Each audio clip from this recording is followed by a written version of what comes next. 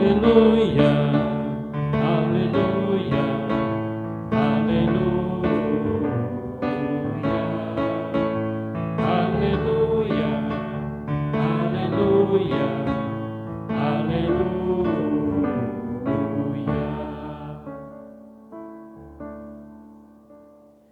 O Senhor esteja convosco.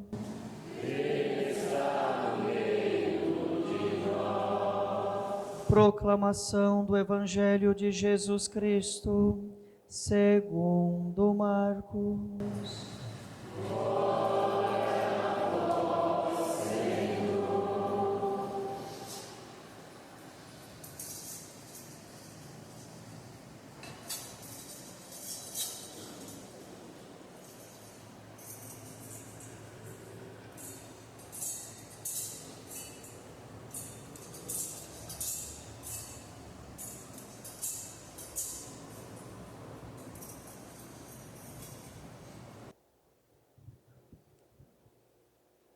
Naquele tempo, os fariseus e alguns mestres da lei vieram de Jerusalém e se reuniram em torno de Jesus.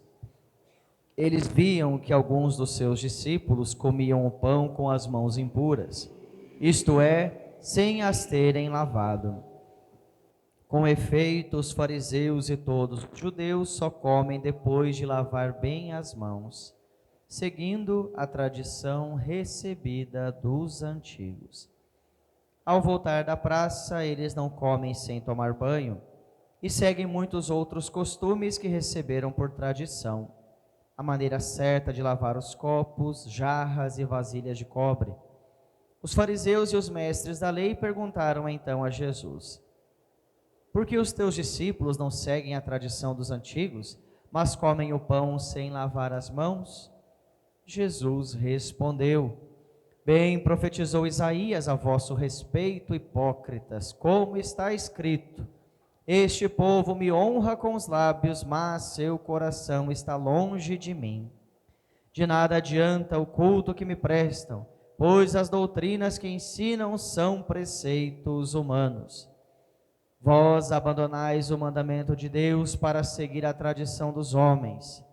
E dizia-lhes: vós sabeis muito bem como anular o mandamento de Deus, a fim de guardar as vossas tradições. Com efeito, Moisés ordenou: honra teu pai e tua mãe. E ainda, quem amaldiçoa o pai ou a mãe deve morrer.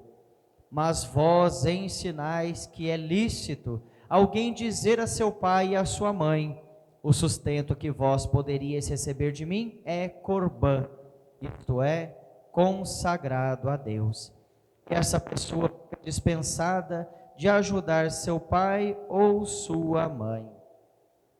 Assim, vós esvaziais a palavra de Deus com a tradição que vós transmitis, e vós fazeis muitas outras coisas como estas. Palavra da salvação.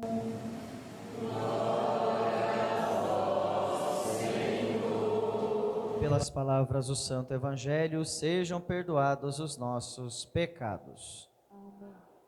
Boa noite. Tudo bem com vocês? Rezamos hoje essa Sagrada Eucaristia, memória de Nossa Senhora de Lourdes. Nossa Senhora de Lourdes é considerada a grande patrona dos enfermos. Nossa Senhora de Lourdes é uma devoção importante na vida da igreja, que nos recorda como Deus se manifesta através da bem-aventurada humanidade para chancelar aquilo que a igreja peregrina neste mundo acredita. No ano de 1854, para ser bem exato, no dia 8 de dezembro, a igreja proclamava um dogma chamado Imaculada Conceição. Dogma este que nos diz que Maria, concebida sem a mancha do pecado original, durante a sua vida, ela percorreu os passos e pôde, desde quando ela nasceu, aliás, quando estava sendo gerada, preservada em vista dos méritos de nosso Senhor Jesus Cristo, que viria a ser seu Filho, ela é aquela que não conheceu o pecado. Maria, bem-aventurada, que recebeu através da igreja mais um título que nós denominamos de Imaculada Conceição, resolveu aparecer a uma jovem que morava no interior da França, chamada de Bernadette. Assim nós chamamos popularmente aquela que viria a ser santa. No século XIX, resolveu 4 anos depois de ser proclamado o dogma da Imaculada Conceição, o ano de 1858, Nossa Senhora se manifestou a esta jovem, uma jovem sem conhecimento, uma jovem de pequenez de alma, mas que estava passeando pelos campos, próximo à gruta de Massabielle, e ali viu então um barulho. Olhou para todos os lados, percebeu que não havia movimento nas árvores, não havia nada de estranho. Quando ela voltou-se a olhar para a gruta, viu ali uma mulher. Apareceu a ela 13 vezes, durante o período aí de 15 dias. Mas na última vez, quando apareceu, ela resolveu perguntar quem seria aquela mulher tão bela, com uma roupa tão branca que não se poderiam ver um branco naquele momento, levando na cintura uma faixa azul, que hoje nós reconhecemos a imagem de Nossa Senhora de Lourdes. Perguntou quem seria esta mulher, e ela responde: eu sou a Imaculada Conceição. Através de uma jovenzinha sem conhecimento, sem entendimento da que nós podemos conhecer da dimensão eclesial, ela então confirma a todos aquilo que de fato a igreja já havia proclamado 4 anos antes como dogma: Maria é a Imaculada Conceição.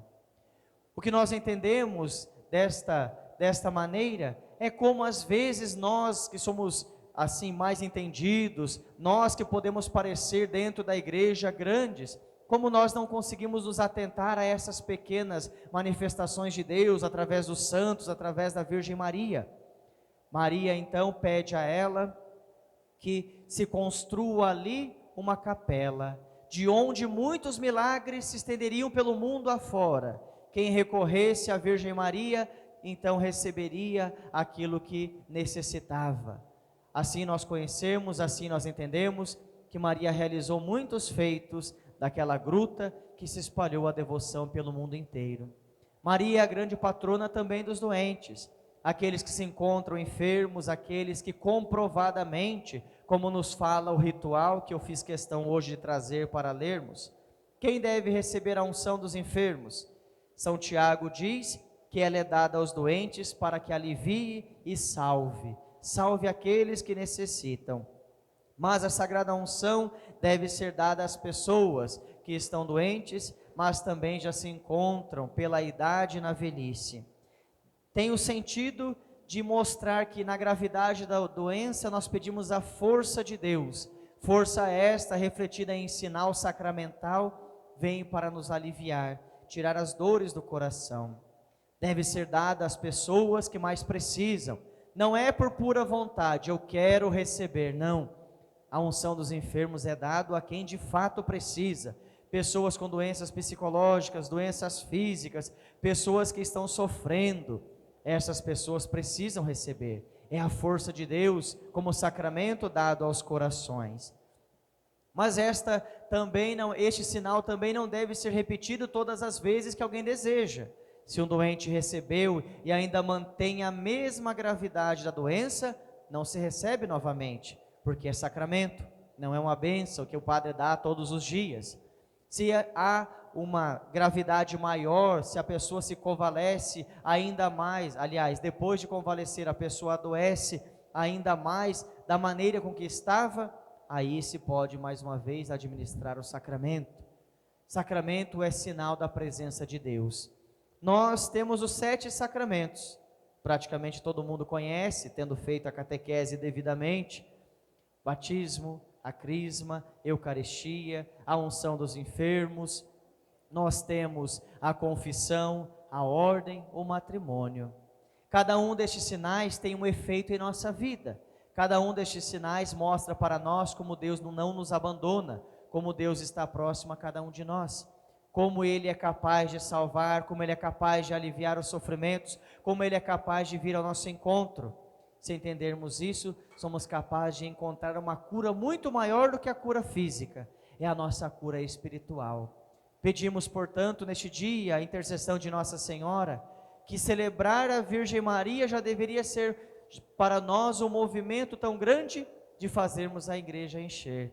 Mas as pessoas continuam a cair na doença espiritual, preferem se trancar, preferem fugir e não vêm ao encontro. E parece algo um tanto quanto difícil para nós como padres ter que dizer isso constantemente. Nossa paróquia, por exemplo, tem 22 mil habitantes. Quantas pessoas estão hoje aqui participando da Santa Missa? Nossa paróquia tem missas terça, quarta, quinta, sexta, sábado e domingo. Quantas pessoas recorrem? Quantas pessoas buscam a Deus? Sim, quem busca é porque precisa. Se não buscam, é porque não precisam do Senhor. Isso se chama doença espiritual. Precisamos desta cura, mas esta cura é muito difícil de chegar, porque necessita de uma abertura do coração. O que nós entendemos ao olhar para a liturgia de hoje é justamente o que o padre falou até aqui. No Evangelho, para não nos alongarmos, vou me ater hoje ao Evangelho, nós vemos Jesus Cristo fazendo a refeição com seus discípulos e haviam ali mestres da lei e fariseus. E quando eles percebem os discípulos com Jesus comendo sem lavar as mãos, a primeira coisa que eles se preocupam qual é? Por que que eles não seguem a tradição dos antigos? Por que comem sem lavar as mãos? Eles tinham todo um ritual antes da refeição. A maneira certa de lavar os copos, jarras, pratos, a maneira certa de purificar as mãos. Vocês lembram das bodas de Caná?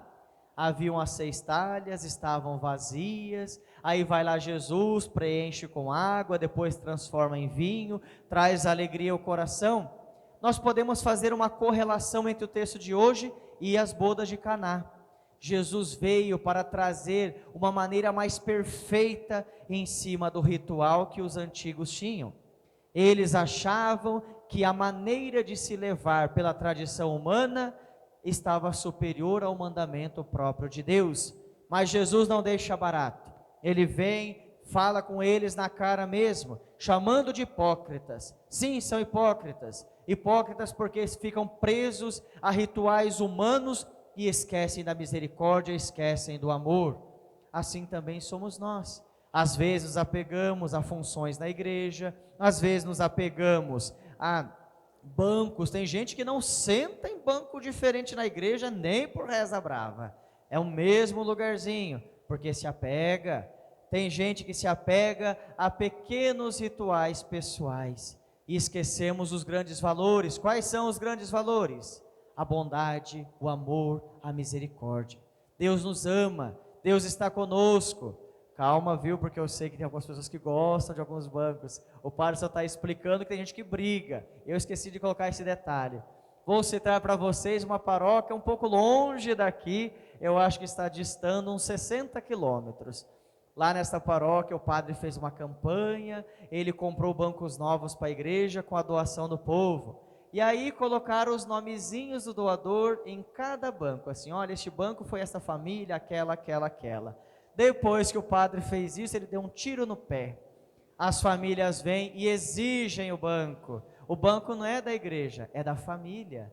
E hoje ele sofre porque ele tem que dizer, o banco é da igreja, o banco não é da família. Porque eles brigam. Se alguém chegou e sentou naquele banco antes, vai lá a família, briga, manda sair, porque é o banco deles. Não, não é assim. Nós estamos presos a coisas tão insignificantes da nossa vida, que esquecemos de abrir o coração para o amor. Deus está conosco, Deus está dentro de nós, Deus nos ama, Deus nos salva, mas é necessário que nós nos desprendamos de qualquer coisa que seja passageira e nos abriguemos no coração misericordioso do nosso padroeiro, que por amor nos salvou e nos deu os sacramentos como alívio, como conforto e alimento para a nossa alma. Nossa Senhora de Lourdes, rogai por nós.